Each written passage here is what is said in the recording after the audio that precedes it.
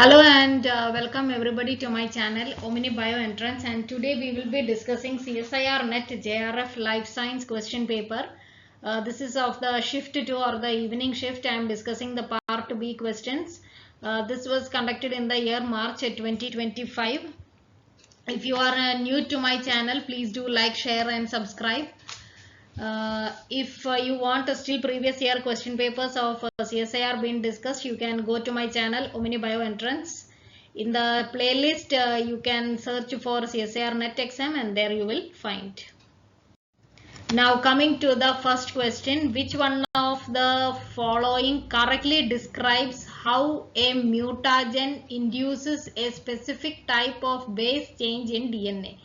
So whether the mutagen is causing a GC to AT transition or an AT to GC transition, or whether it is transversion or whether it is some other type of mutation, how this mutagen is causing, you have to find out which one is more correct. Now UV radiation typically create thymine dimers. Yes, of course, causing GC to AT transition. Okay. Now, in case of thymine dimers, when DNA polymerase encounters these thymine dimers during replication, there are chances that the DNA polymerase can skip over a few bases because of the presence of this thymine dimer, and this can result in deletions in the daughter DNA, or it can add even extra bases, that is insertions can happen. Now, because of this deletion insertion, it is usually the frame shift mutation that is coming out, not your GC to AT transition mutation. So that makes first option incorrect. They have asked correctly describes. Okay. Now coming to the next statement, that is nitrous acid deaminates adenine leading to an AT to GC transition. Now see here. This is your normal parent DNA, that is, it is AT sequence. Now you add nitrous acid to it, so it deaminates, and nitrous acid deaminates adenine to hypoxanthine. See here, adenine was there, it got converted to hypoxanthine. Now in replication, it is semi-conservative method, so this is one strand and it will give rise to a normal daughter DNA. Now this is the mutated strand, so hypoxanthine is present instead of adenine, and upon replication hypoxanthine will pair with cytosine and you will get altered DNA molecule.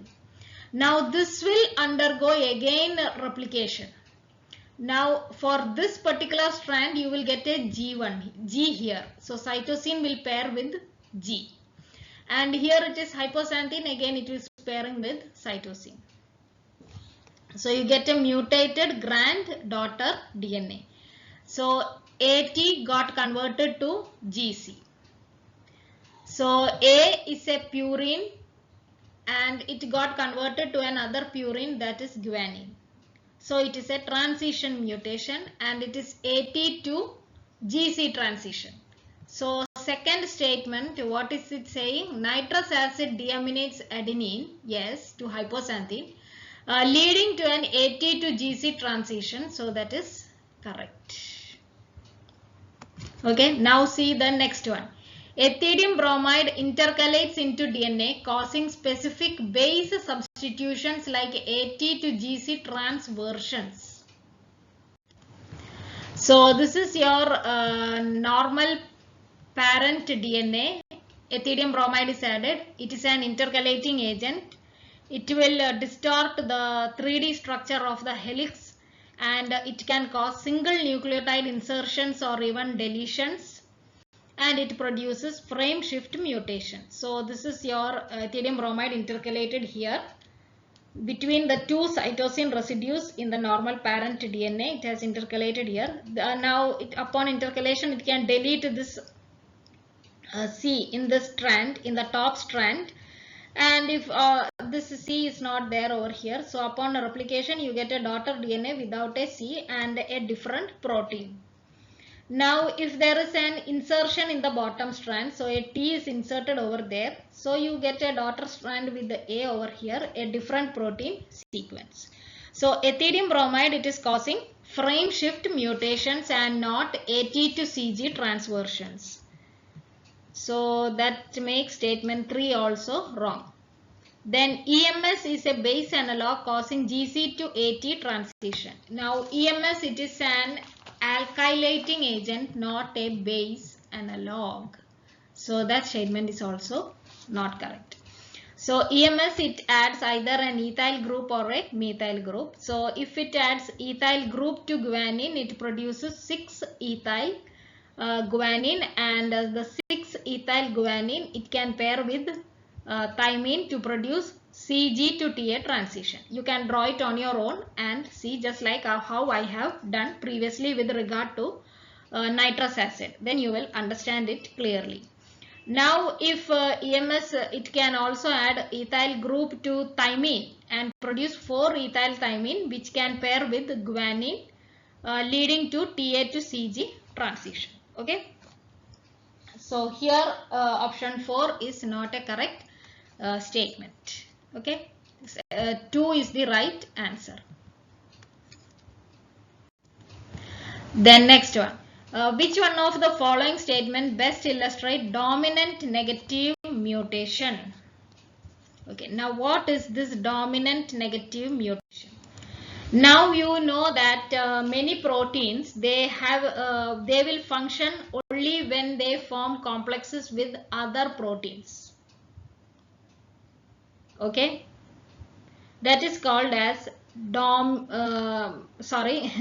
okay, only when they form complexes with other proteins. Now a dominant negative mutation, it is a genetic mutation where the altered gene product or the mutant protein, it will interfere with the proper functioning of the normal protein. That is, the mutant protein will bind to the normal protein, and it will prevent the functioning of the normal protein. Okay, that means this is your DNA, this is wild type gene, and this is transcribed and translated, and you get normal protein. Then these normal proteins, they will assemble together and they will result in functional product. But what if it is in a mutant protein? So this is a defective protein. Defective protein is produced. You get a homozygous defective protein. So you get non-functional protein. But what if it is a heterozygous condition? Naturally, in your Mendelian inheritance, you see that your mutant protein is recessive. The action of the mutant protein will be suppressed by the dominant gene. But that is not the condition in dominant negative mutation. Here, the mutated copy in heterozygous condition, a single mutated copy of the gene is sufficient to cause non-functioning of the normal protein, because the mutated protein will bind to the normal protein and it will result in abnormal functioning of the protein, and this abnormal functioned protein will be shown on the phenotype of the organism. Okay, that is, the mutant protein is behaving like a dominant one. Okay, that is why, see, in normal Mendelian genetics, mutant protein action is suppressed by the dominant gene and it will not be expressed on the phenotype. But in dominant negative mutation, the mutant protein is behaving like a dominant protein and its action is shown on the phenotype of the organism. That is why it is called dominant negative mutation. It is showing a dominant character, but it is having a negative influence on the organism. So it is dominant negative expression or mutation. Okay. Now we will see the now see here homozygous condition. The two proteins combine together and it produces 1/4 functional. Whereas if it is heterozygous, then Only 1/4 will be functional, the 3/4 will be non-functional. Heterozygous means it will combine with the mutant and it will result in non-functional protein. The defective protein in homozygous condition will be non-functional only. So even if one single copy of the normal gene is present, it is not sufficient to suppress the effect of the mutant protein. Okay, mutant protein will express itself even if the normal protein is being produced in heterozygous condition. Now see the statement. So best illustrates a dominant negative mutation. Okay, a mutation in a growth factor receptor gene. Okay, so you have got a growth factor receptor. The gene for this growth factor receptor is mutated, and what has happened because of the mutation? It leads to an overactive receptor that signals constantly. Oh, that is the catchword there. That means it is, even if the receptor is not bound by its ligand, it is continuously giving out signals. Okay, so it is not a dominant negative mutation. It is a gain of function mutation.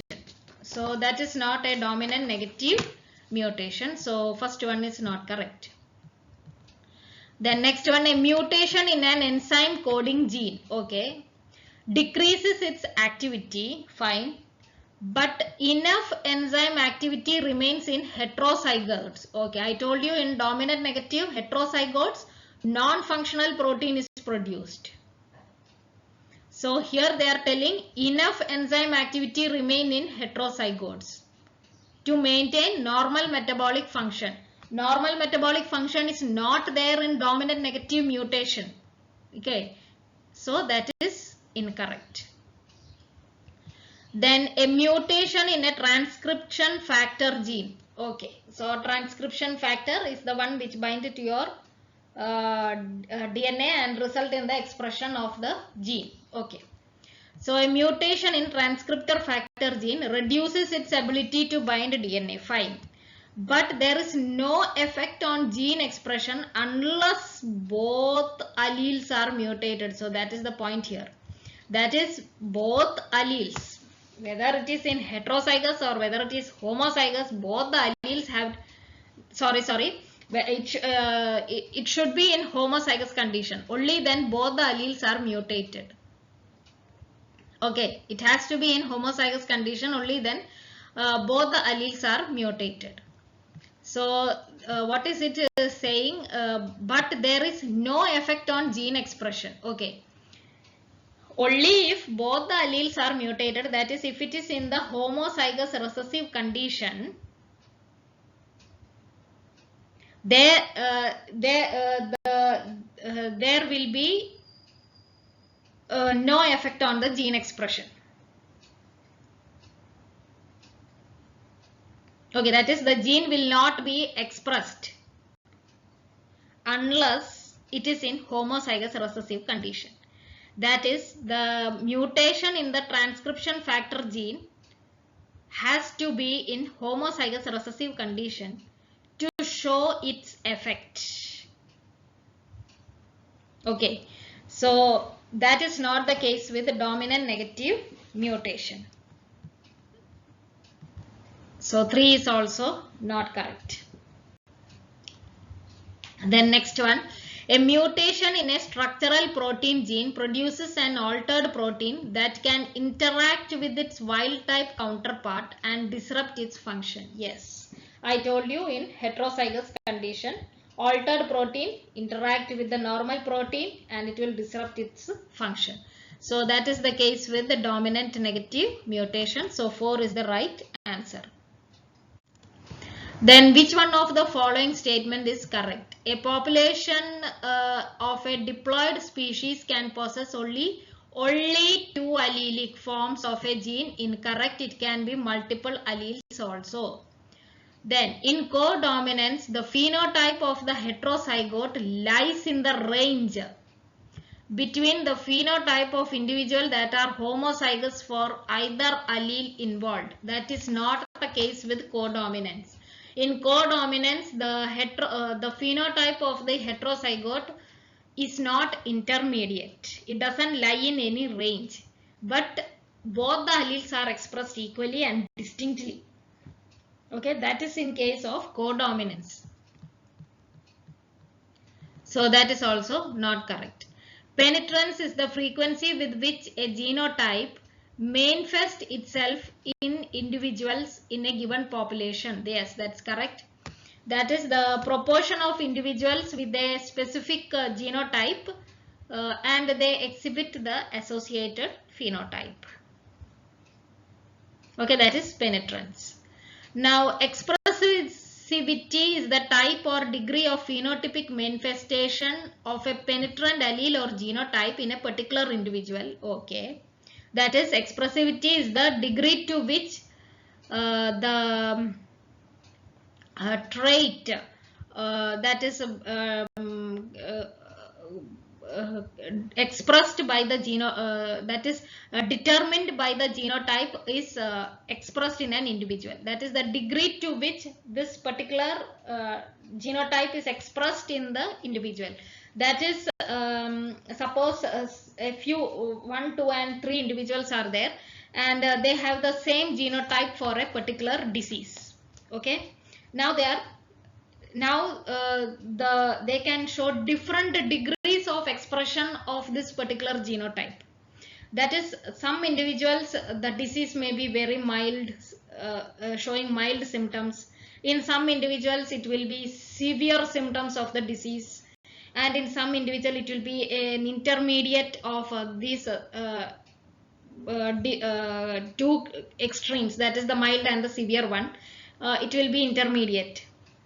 So that is expressivity, that is the degree of phenotypic manifestation of the genotype in a particular individual. Okay, and expressivity, it is influenced by environmental as well as genotypic factors. So here this statement is not influenced by environment is not correct. So answer is option 3. Now next one, for expression of a gene of interest and a GFP in mammalian cell, GOI and GFP must be expressed in a single RNA. Okay, but translated independently. So that is the condition that you want. Now what you should do for getting this? Which one of the following would be the structure of the expression construct? Now they have given you promoter, enhancer, internal ribosome entry site, then polyadenylation signal sequence. So polyadenylation signal sequence, in all the option it is coming in the end. That is correct. Now promoter and enhancer. Okay, promoter has to come near your gene of interest. So enhancer, that makes enhancer has to come first. That makes first option wrong, third option wrong. Enhancer has to come first, then promoter. Now what is this internal ribosome entry site? Now before that I will tell you what they have asked in the question. Now they have told that this GOI and GFP, they must be expressed in a single mRNA. Now what will be the normal case when you express two proteins in a single mRNA? You will get a fusion protein just like this. You will get a fusion protein. So GOI fused with the GFP, they have got the same N-terminal and C-terminal domain. Now what does the question want? They want it expressed from a single mRNA but translated independently. Okay, expressed in the same mRNA. Okay, you express it there itself. But the translation product should be different. That is, you should get different proteins. That is, GOI should be your one protein and GFP should be another protein with their own N and C terminal ends. Now for that, what you have to do? For that, in molecular biology, you use what is called as IRES. That is this, internal ribosome entry site.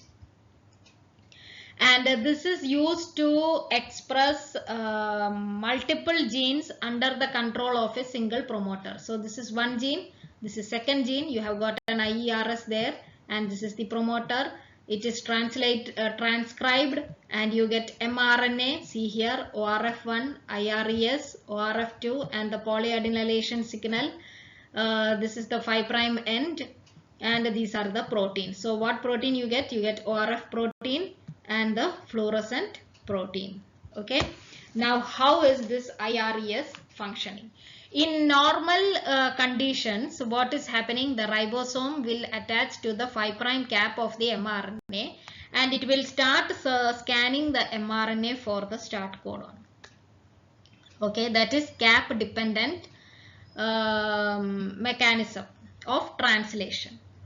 Okay, now if IRES element is present there, what will happen? The ribosome will bind to the IRES and it will initiate translation from this site, that is from an internal site within the mRNA, and it will result in the production of this particular protein product.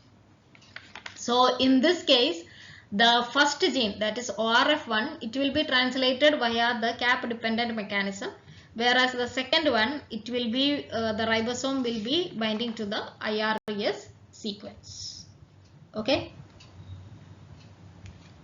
So if you have ORF3 over here, there will be an IRES sequence before that and the ribosome will bind there and ORF3 will be translated. Okay. So that is why you use IRES. Oh. So the answer for that question is, I forgot to tell that it is the promoter first, enhancer first, then promoter, then your gene of interest, then your IRES, and then your GFP. Okay, and then polyadenylation signal. So I think that option is in option 4. Okay. And now coming to the next statement, question. So which of the following statement is correct? So they have asked for the correct statement. The ALS selection marker gene used for the development and selection of transgenic plant confers resistance to the antibiotic ampicillin. No. Now ALS, you may be thinking why it is used as a selection marker. Okay, now ALS, it is required for the biosynthesis of branched chain amino acids. Okay, and its activity is inhibited by herbicides. Now if ALS is mutated, then the mutated ALS will confer resistance to some herbicides like sulfonylureas and imidazolinones. So this mutated ALS, it can be used as a selection marker for the development and selection of transgenic plants. So if you add a herbicide to a medium, only those cells which have incorporated this mutated ALS selection marker will survive and grow in the presence of the herbicide, just like your positive selection marker. Okay. But they are telling ALS selection marker confers resistance to the antibiotic ampicillin is not correct. Antibiotic resistance to ampicillin is conferred by the BLA gene or the beta lactamase gene, not ALS. So that makes statement 1 wrong. Then next one. A T0 transgenic plant containing 2 tightly linked copies of a trans gene. So that is the catch point here, 2 tightly linked copies. Expression cassette would show segregation of the transgenic phenotype in a 15:1 ratio in the T1 generation obtained by self-pollination. Okay. Now what is it? So you have what they have mentioned, 2 tightly linked copies of a trans gene. So 2 copies are there. Okay. So it is somewhat like a dihybrid.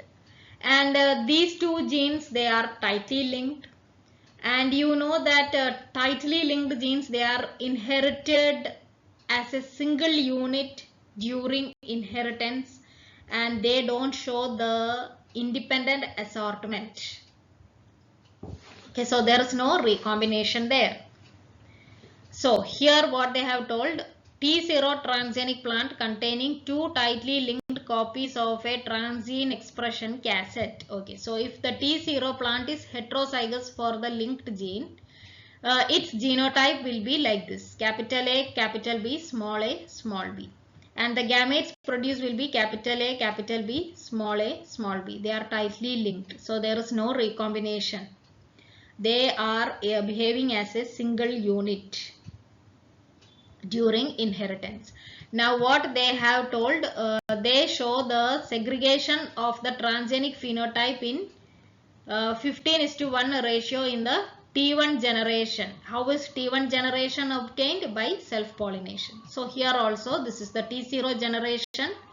We are self-pollinating the T0 plant to give rise to the T1 generation, and we will see what is the ratio that we are obtaining. That is, they have told the phenotypic ratio. Okay, so T0, capital A, capital B, small a, small b, capital A, capital B, small a, small b. These are the gametes, they are produced. And the T1 you get capital A, capital B, capital A, capital B, capital A, capital B, small a, small b, and small a, small b, small a, small b. The genotypic ratio is 1, this is 2, and this is 1. But the phenotypic ratio is 3 transgenic. See here, these are the transgenic plants. And this is the untransformed plant. So these you get 3 transgenic and 1 untransformed. So they have told that the transgenic phenotype in 15:1 ratio, that is not correct. It should be 3:1 ratio. That makes the statement wrong. Now coming to the next one, that is non-conditional negative selection marker genes cannot be expressed under a constitutive promoter for selection of transgenic plant. That is 100% correct. Now I know many people are confused with the negative selection marker. Now when they tell it is non-conditional, again confusion. So I will clear all that. So first we will discuss what is this negative selection marker gene and what is non-conditional, conditional, etc. So before coming to the explanation in the figure, I will tell you what is negative selection. So in plant transgenic, negative selection marker gene introduced into the plant cell, so that when it is expressed, it will lead to the death of the plant cell under specific conditions. Okay. So these markers, they are usually used to in a plant transgenic, so that if there are random insertion of your gene of interest, those transformants can be avoided, and only the specific transformed ones can be selected. Okay, for that you use the negative selection marker. Now how is it working? How is this negative selection marker working? Okay. Now what you do is, first you transform the plant with a positive selection marker and a negative selection marker. Then you select for the transformed plants with the positive selection marker. Positive selection marker is your antibiotic resistance. So the plant cells which have the positive selection marker will grow in the antibiotic containing medium, that is your transformed cells. They are growing in the antibiotic medium, whereas those cells which do not have this positive selection marker, that is your untransformed cells, they will not grow in the antibiotic medium. They will die out. So you have done your positive selection marker selection and you got some transformants. Now you want to know whether in these transformants, whether the gene of interest is randomly integrated. Now if it is randomly integrated, then negative selection marker gene also will be attached to it. Okay, I'll tell you how all these things are happening. So when you select these transformants using the negative selection marker method, only those transformants which do not have the negative selection marker gene will survive, and the other transformants which have the negative selection marker gene will die out. Okay, fine. Now see how the vector is constructed for this selection technology, that is using positive selection and negative selection marker.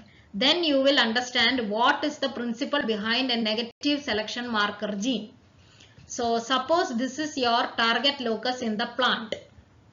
Okay, this is your homologous recombination site in the plant genome, these rectangular boxes.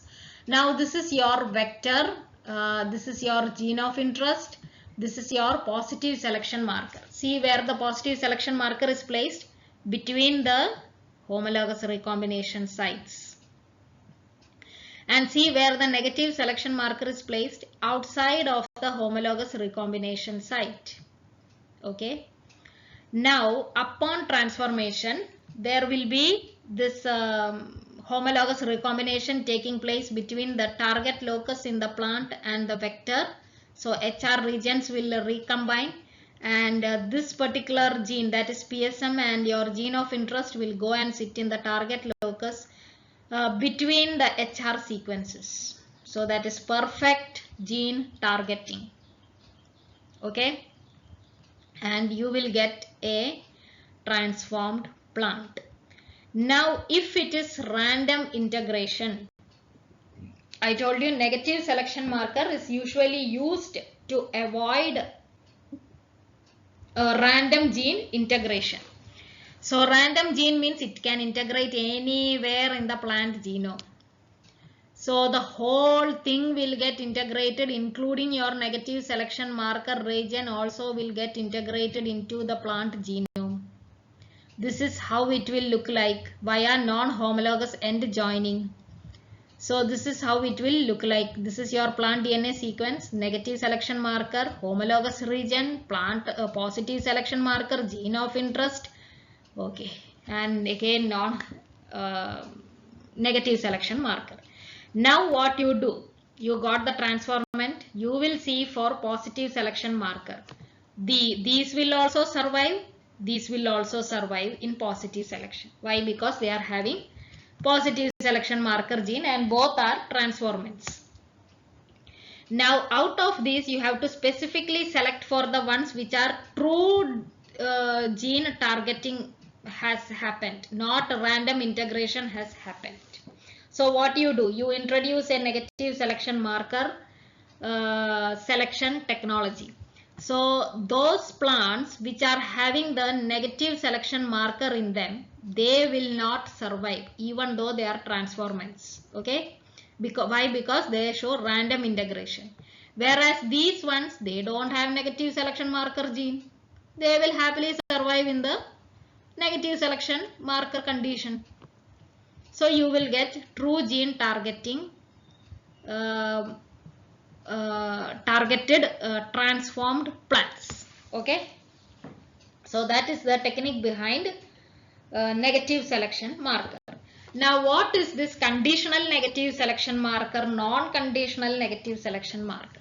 Conditional means okay, the same method is used in conditional negative selection marker technology also, but here the negative selection marker will be transcribed, translated, etc. only when you add some substrate into the medium, or if you give certain conditions like change in temperature or something like that, depending on the marker that you are using, that it will start its expression. Only then the negative selection marker will be expressed. Non-conditional means, yes, you need not have to give any specific substrate or any condition. Once the gene is integrated into the plant, it will cause the expression of the negative selection marker gene, and it will result in the death or inhibition of growth of the plant. That is non-conditional. No condition is applied, whereas conditional, condition is applied. Okay. So what they have told in the question, non-conditional negative selection marker gene, now you got it, what it is, cannot be expressed under a constitutive promoter. Again a new term, constitutive promoter. Now what is this constitutive promoter? So a promoter, you know, it is a DNA sequence. And what is this constitutive? Constitutive means continuous gene expression. The gene is always on, whether you add the substrate, whether you don't add the substrate, no harm, I will keep expressing my gene. That is what is happening with case of constitutive promoter. Whether you induce the promoter or not, it will keep on expressing, always in on condition. That is constitutive promoter. So you imagine a non-conditional negative selection marker and a constitutive promoter, double effect. Non-conditional, it doesn't require any substrate, or it doesn't require any specific condition to induce its expression, and on top of that it is constitutive promoter. It will continuously express the negative selection marker gene, and it will become problematic for the survival of the plant. So it is always better to have these negative selection marker genes under the control of inducible promoters, or under they become active only under specific conditions. So what they have told, non-conditional negative selection marker genes cannot be expressed under a constitutive promoter for selection of transgenics. That is 100% correct, and they have asked for the correct statement. So your answer is option 3. Then a transgenic plant containing multiple copies of the tDNA are preferred for field studies, as they would always, there comes the term, always show increased expression level of the transgene across multiple generations. That is not correct. Why? Because if these multiple copies of the tDNA, if they are arranged in an inverted repeat fashion, then it can result in gene silencing. Okay. So one copy will be in this direction, that is in your plant genome, and you want to overexpress this gene. So you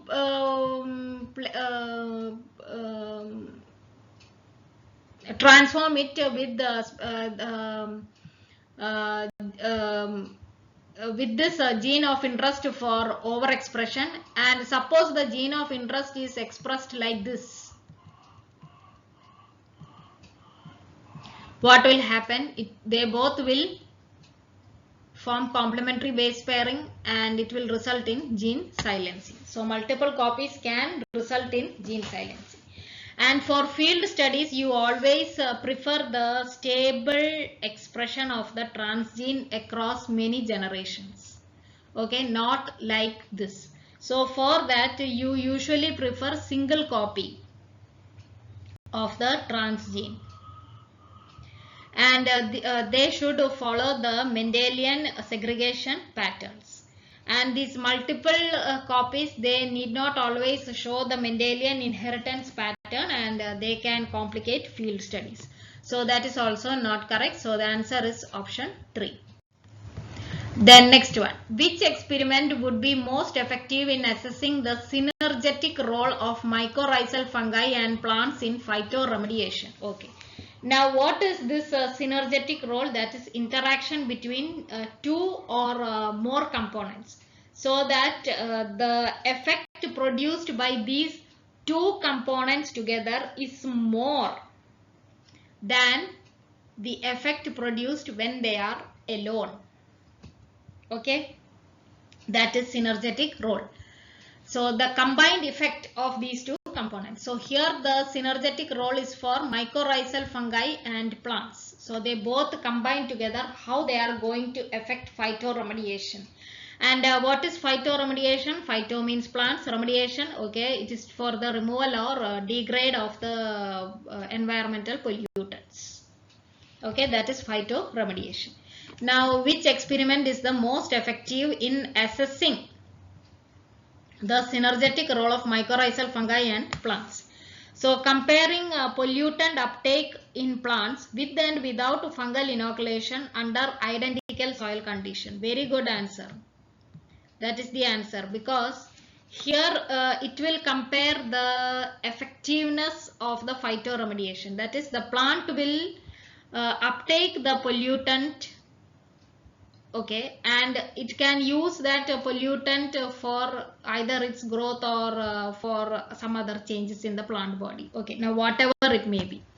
Now what you do is you grow the plant in the pollutant, in the presence of the pollutant. Then you grow it in the presence of the pollutant first without fungal inoculation. Okay, and you see the growth and you measure and keep the record ready. Now next what you will do, you will again grow the plant in the presence of the pollutant. Then you add grow it along with the fungal inoculation. Okay, and then you see the then you record the data. Then you compare both these data, that is with fungal inoculation and without fungal inoculation, and then you will assess. Okay, now mycorrhizal fungi along with the plant association, yes, it is good in phytoremediation than when the plant is grown without the fungal inoculation. Okay, like that you can assess the synergetic role of mycorrhizal fungi and plant in phytoremediation. Then next option, what they are saying, analyzing fungal growth rates, okay, in polluted versus unpolluted soil. That is, you assess here the fungal growth in pollution. That is, whether the pollution is affecting the fungal growth or whether the pollution is not affecting the fungal growth. That is what you assess here, not the phytoremediation. Synergetic role is not assessed here, so that is not correct. Then measuring the root to shoot ratio of the plant grown in polluted soil with fungal inoculation. Here you are seeing whether the plant growing in the polluted soil is having the root shoot ratio measure increased or decreased based on the fungal inoculation. That is, you are seeing whether the plant is having any difference in its physiology, not phytoremediation. So that is also not correct. Then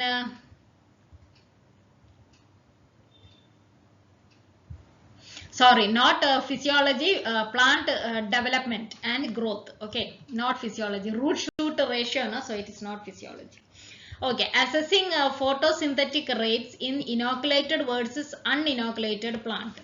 So here you are assessing the photosynthetic rate, that is, you are assessing the physiological changes in plant which are inoculated with the fungus or uninoculated with the fungus. You are not assessing the phytoremediation aspect.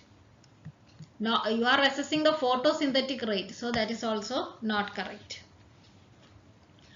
Then which of the following enzyme is used for the conversion of blood glucose to gluconolactone in commercially available blood glucometer? So blood glucometer, it is used to measure blood glucose levels, and it primarily it uses glucose oxidase enzyme, and in some cases the blood glucometer can utilize glucose dehydrogenase also, but in majority of the cases it is glucose oxidase.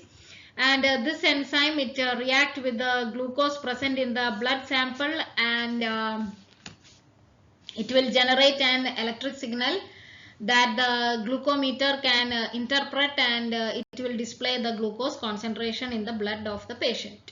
That is what glucometer is doing. So how does it work? So glucose oxidase, it will convert glucose and oxygen. From where does this oxygen come? It comes from the water surrounding the sensor. So from there the oxygen comes, and the glucose and oxygen are converted to gluconolactone and hydrogen peroxide. Then the glucometer, it measures the hydrogen peroxide produced to determine the blood glucose level. So the answer here is option 1, that is glucose oxidase. Then next one, select the correct set of 8-mer primer pair to PCR amplify a DNA fragment containing the region shown in uppercase letters. So this is your fragment which you have to amplify.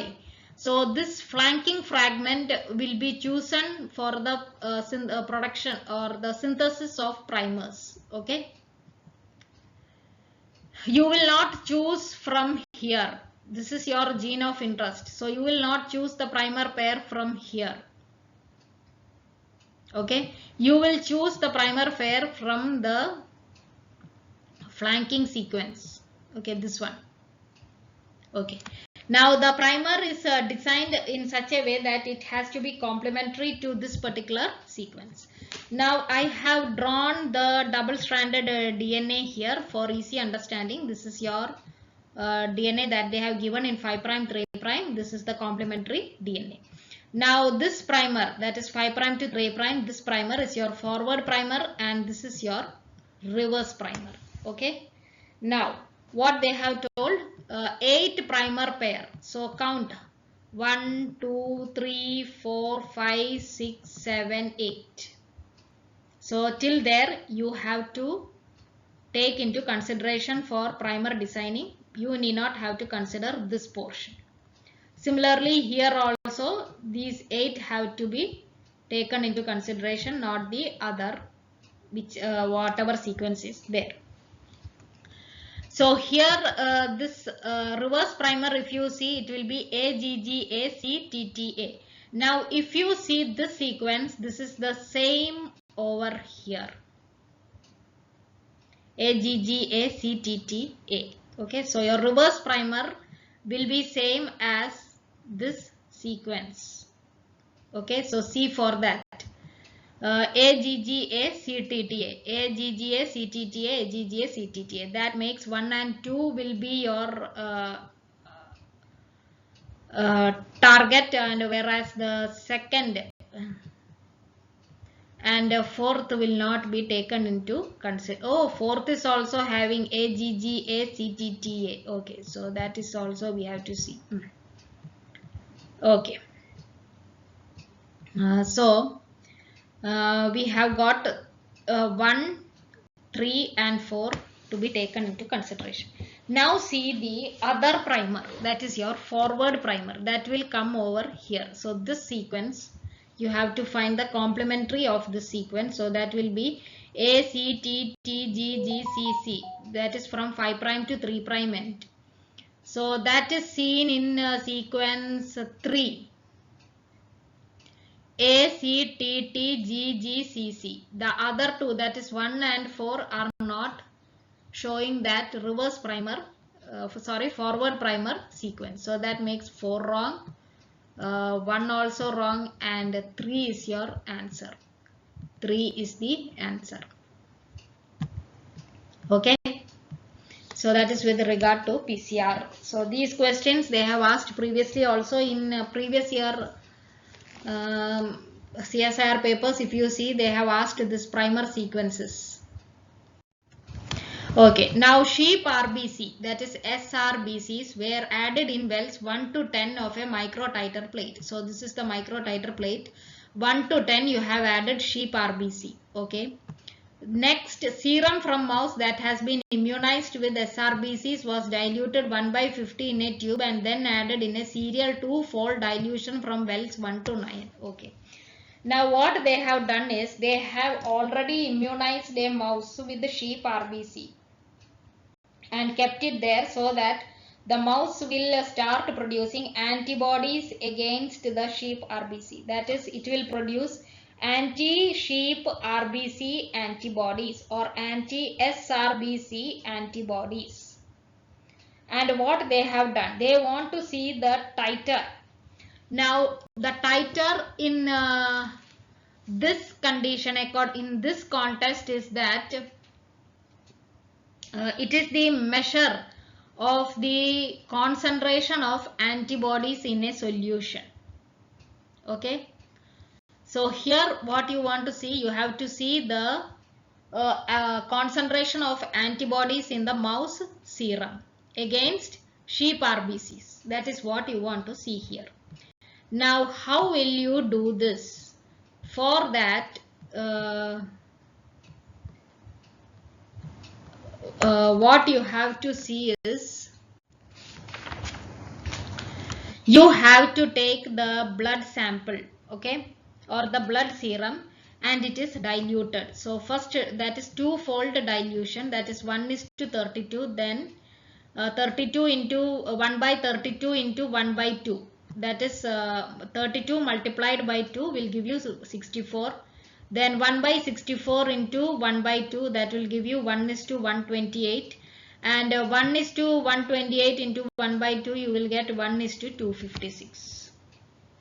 Okay, that is how you do this twofold dilution. And you can see that as it is diluted, the agglutination reaction, that is the reaction between antibody and antigen, that is agglutination reaction, is decreasing, and in 1:256 there is no reaction at all. Okay. And what is the titer? Antibody titer here is 1:128. Why? Because it is the last dilution where the reaction is still detectable. So here it is detectable at this dilution. At this dilution also detectable. At this dilution also detectable. But this is the last dilution, because here it is not detectable. So this is the last dilution, and that is your titer where the reaction is still detectable. Okay. Now if you see this figure, you can see now 10, they have added only up till twofold dilution from wells 1 to 9. So 1 to 9 they have added your serum sample from mouse. But in the 10th well they have not added. So that is your control.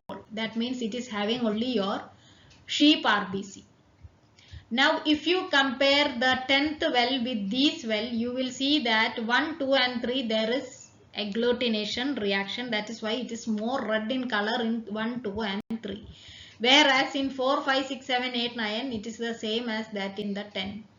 So there is no reaction in all these things. There is no agglutination reaction. So this is the last one which is showing the agglutination reaction, or the last dilution which is showing the agglutination reaction. So you have to see, you will get your titer from the third well. Okay. Now see what they have done. Okay. Okay. Now serum from the mouse that has been immunized with SRBCs was diluted 1/50 in a tube and then added in serial twofold dilution from well 1 to 9. So 1/50 into 1/2 will be your first well dilution, that is 1/100. Then second well will be 1/2 into 1/100, so that will be 1/200.